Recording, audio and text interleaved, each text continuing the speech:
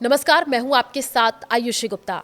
Italy में हजारों लोग हिंसक विरोध प्रदर्शन कर रहे हैं क्योंकि प्रधानमंत्री जॉर्जिया मेलोनी की सरकार ने फिलिस्तीन को आजाद देश की मान्यता देने से इनकार कर दिया है।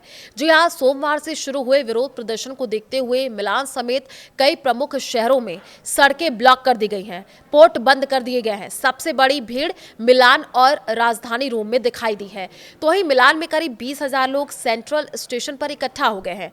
बस रेलवे स्टेशनों में तोड़फोड़ की गई है। पुलिस पर प्रदर्शनकारियों ने स्मोक बम, बोतलें, पत्थर फेंके हैं और मेलोनी के खिलाफ नारेबाजी की है। इसमें 60 पुलिसकर्मी घायल हो गए हैं। तो वहीं रोम में भी हजारों लोगों ने इकट्ठा होकर के फ्री फिलिस्तीन के नारे लगाए हैं। उन्होंने यहां अमेरिका झंडा भी जलाया। इसके अलावा बुल्गारिया और ट्यूरिन, फ्लोरेंस, नेपल्स और सिसिली में भी विरोध प्रदर्शन हुए हैं। प्रदर्शन देश भर में ट्रेड यूनियनों की ओर से बुलाई गई हड़ताल का हिस्सा था और इसका मकसद गाजा में हो रही हिंसा के खिलाफ आवाज उठाना था। मजदूरों ने वेनिस बंदरगाह का काम रोकने की कोशिश की ताकि इजराइल को हथियार और सामान भेजने से रोका जा सके। पीएम मेलोनी ने इन घटनाओं को शर्मनाक बताते हुए कहा कि ऐसे प्रदर्शन गाजा के लोगों की जिंदगी में कोई बदलाव नहीं लाएंगे और उल्टा इटली के नागरिकों को भी इसका नुकसान झेलना पड़ेगा। मेलोनी ने हड़ताल आयोजकों और राजनीतिक दलों से भी ये अपील की है कि वो हिंसा की साफ साफ निंदा करे। मेलोनी पहले से ही गाजा पर अपनी नीति को लेकर के विपक्ष की आलोचना झेल रही हैं। इटली सरकार ने हाल ही में कहा था कि ऐसे फिलिस्तीनी राज्य को मान्यता देने का कोई मतलब नहीं है जो अभी अस्तित्व में ही नहीं है। अब उनसे इजराइल को लेकर के राय मांगी गई तो उन्होंने कुछ भी कहने से इनकार कर दिया। इससे विपक्ष अब उनसे नाराज हो गया है।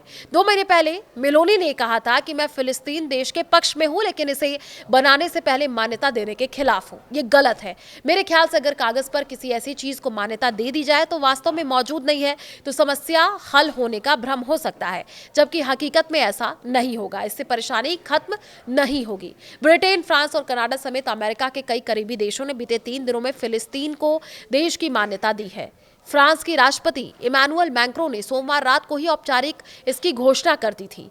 बीबीसी के मुताबिक कई सालों से पश्चिमी देशों की सरकारें कहती रही हैं कि फिलिस्तीन देश को मान्यता तब दी जाएगी जब हालात सही होंगे। उनका मानना था कि सिर्फ मान्यता देने से असलियत नहीं बदलेगी, लेकिन अब हालात इतने बिगड़ गए कि सरकारें दबाव महसूस कर रही हैं। गाजा में 2 साल से जारी जंग के बीच भूखमरी, बर्बादी की तस्वीरें इजराइल में लगातार सैन्य कार्रवाई से इजराइल को लेकर के दुनिया की राय बदल रही हैं। इन्हीं वजह से कई देशों के 2 स्टेट सॉल्यूशन के लिए अपनी प्रतिबद्धता दिखाने के लिए फिलिस्तीन को मान्यता देने का फैसला किया है। इस पर इजराइल के प्रधानमंत्री बेंजामिन नेतन्याहू ने नाराजगी जताई और कहा कि यह हमास को इनाम देने जैसा है।